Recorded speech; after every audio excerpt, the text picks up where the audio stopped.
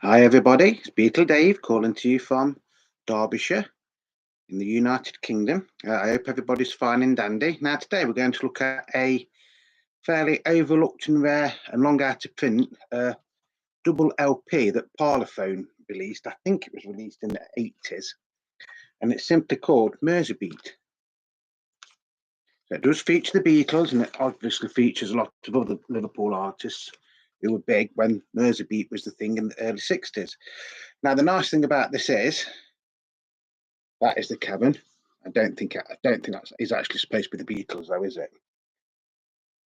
So that's a nice cover. On the back, we do get the Beatles, and another picture of them at the Cavern Club, and that is actually what the Cavern Club was like in the 1960s. And the other thing is, right at the top here, it's got the famous quote from John's Aunt Mimi. The guitar's all right, John, but you'll never make a living out of it. But it's a 2 LP set, and it is mono, and the catalogue number is PCSP 178393. And then on the back, you've got another quote, and it says, "The Beatles, they're a passing phase, symptoms of the uncertainty of the times, of the confusion about us." And that's from Dr. Billy Graham. So the compilation and sleeve notes is actually by Bill Harry, who was editor of the Mersey Beat newspaper. What else can I tell you? You get the Parlophone logos and everything on the back. It is actually made to look like it is a 1960s LP, or that was released in the 80s. And the thing that gives it away is you've got the barcode on it there. So like I say, it is a double LP. So I'll go through the track listing first, and then we'll look at the gatefold, and then we'll look at the records. So side one starts off with "She Loves You." Obviously, that's by the Beatles. Then you've got "Sweets for My Sweet" from the Searchers, "Hippie Hippie Shakes," the Swinging Blue Jeans, "Do You Love Me," Farron's Flamingos, "Some Other Guy," the Big Three, "I'm the One," Jerry and the Pacemakers, "Just a Little Bit," the Undertakers. Now, the lead singer of the Undertakers was Jackie Lomax, wasn't it? "Boney Maroney," that's Howie Casey and the Seniors. They were actually a very big band in Liverpool in the early 60s. "Let's Stomp," Lee Curtis and the All Stars. Side two kicks off with "Love of the Loved," Cilla Black. Well, that was a Lennon McCartney song, wasn't it? "Love of the Love." Then you've got "Baby, I Need Your Lovin'," that's the Foremost. "Little Children," Billy J. Kramer and the Dakotas. "Little Children, do, do." I love that song. Then you've got "Ferry Cross the Mersey." It's not "Ferry Across the Mersey," it's "Ferry Cross the Mersey." "Ferry cross the Mersey to the land." That's back, obviously, that's Jay and the Pacemakers. Then you've got "It's Love That Really Counts," that's the Mersey Beats. Then you've got "I Know" by Beryl Marsden. Don't think she was any relation to Joe Marsden, was she? Then you've got "Wild Side of Life," Tommy Quickly, who was also managed by Brian Epstein, wasn't he? Then you've got "Lies," Johnny Selden and the Romeo 4. Then side two finishes off with "Watch Your Step" by Earl Preston and the TTs. TTs, not titties, TTs. Side three, kicks off with the Beatles, "I Want to Hold Your Hand." Then you've got "Sugar and Spice," the Searchers. You've got "Good Golly Miss Molly," the Swinging Blue Jeans. "Reeling and a Rockin'," the Big Three. Well, Dave Clark 5 had a big hit with that as well, didn't they? Then you've got "Bad to Me," Billy J. Kramer and the Dakotas. You've got Birchwood, Ian and the Zodiacs. Never heard of them, to be honest. Then you've got "Honey Don't," not by the Beatles, it's by the Rhythm and Blues Incorporate. Then you've got "The One to Cry," that's by the Escorts. Then you've got "Ain't Nobody Like Me, Babe," that's the Dimensions. And then side three finishes off with "Everything's All Right" by the Mojos. The Mojos was also a very big band in Liverpool in the 60s, early 60s. All right, side four, "All My Lovin'," not by the Beatles, though. That's by the Trends. "Who Am I?" Freddie Starr in the mid-90s. Or Freddie Starr, if you live in America, you might not know who Freddie Starr was, but in the 70s, he was like a really, really big comedian in the UK, had his own TV show and everything, and he actually loved Elvis Presley. And when he wasn't messing about and he sung properly, he could get Elvis down to a 2 just like that. Very, very talented man in a lot of ways. Then you've got 1,000 Stars, The Chance, America, Rory Storm and the Hurricanes, whose original drummer was, 1 point, Ringo Starr. And then you've got I'm Gonna Knock on Your Door, the Pete Best 4. Pete Best, as in Pete Best, ex-Beatles drummer. I'm gonna knock on your door, ring on your bell, and it is that song, by the way. Then you've got Magic Potion, the Cubas, never heard of them. Please Stay, the Crying Shames. And you've got Tears on My Pillow, the Dimensions. And then it finishes off with K Sarah Sarah by Earl Boyce and the Olympics. There's some really, really nice songs on there. It just goes to prove, that Liverpool, I mean, don't get me wrong, I'm the biggest Beatles fan, the Cavern Club and stuff like that, but there was a hell of a lot of bands in Liverpool at the time, and it makes it even more remarkable that out of all those bands, the Beatles were the one that were picked and basically changed music the world over, doesn't it? So that's the track listing. I will leave it there for a couple of seconds so that if you wanted to freeze frame it, you can zoom in on it, yeah?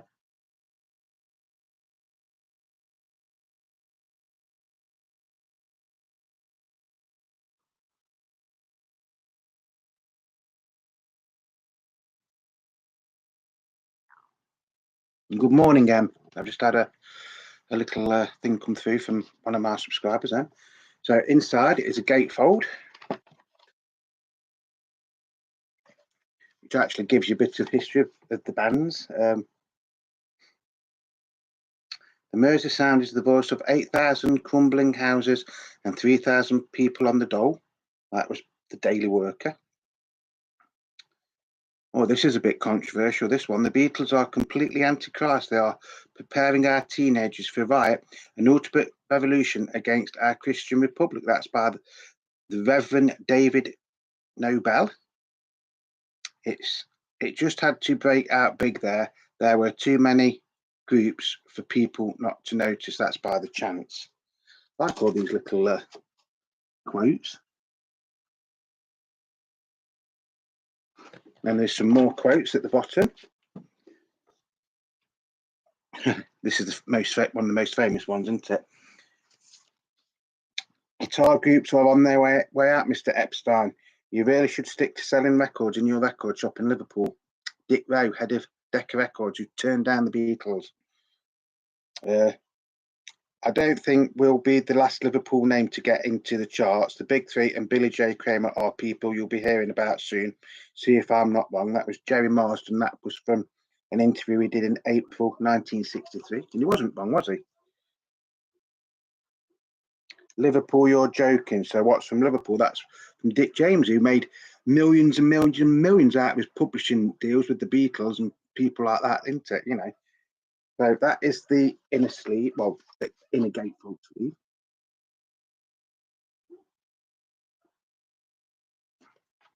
Got the all-important Parlophone and EMI logo there as well.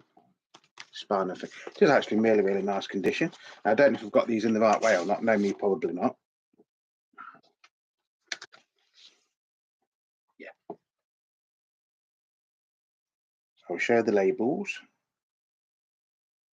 1983 this came out. This compilation, 1983, EMI Records. So this is side one, I think, is it? Because she loves you. She loves you, yeah, yeah, yeah. Again, I will leave it there for a few seconds. So if you wanted to freeze it and then zoom in, you can actually see what the credits and the labels look like.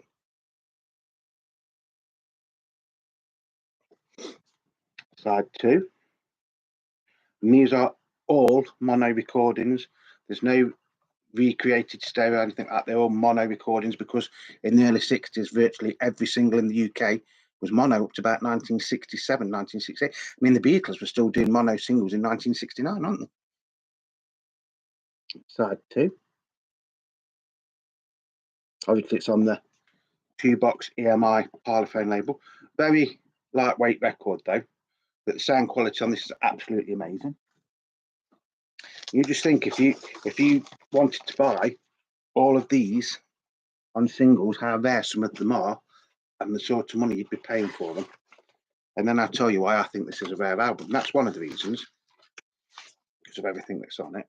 So that is that is side 3.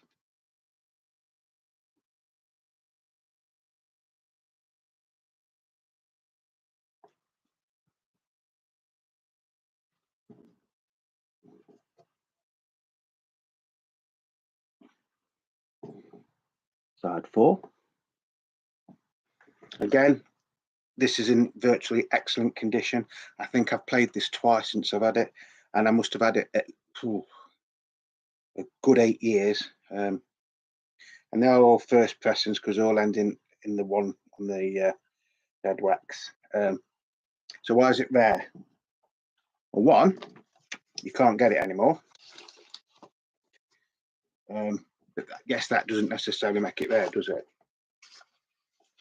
2, it's on the Parlophone label, and it's all stuff that's basically from the Mersey or Liverpool. And I think a lot of these records, a lot of these songs when they originally were released, weren't even on Parlophone. I think some of these were on Decca and I and things like that as well. Another reason why I think it's rare is I am a really, really big Beatles fan, and I'm a really, really big record collector, and I love the 60s music and things like that. And there's even a few bands on here that I've never heard of. You try and get Knock on Your Door by the Pete Best 4 on single, you'd be paying about 100 quid for it, wouldn't you? All My Loving by the Trends. Never heard of them. And don't get me wrong, it is the Lennon McCartney song. Close your eyes and I'll kiss you. Tomorrow I'll miss you. Remember I'll always be true.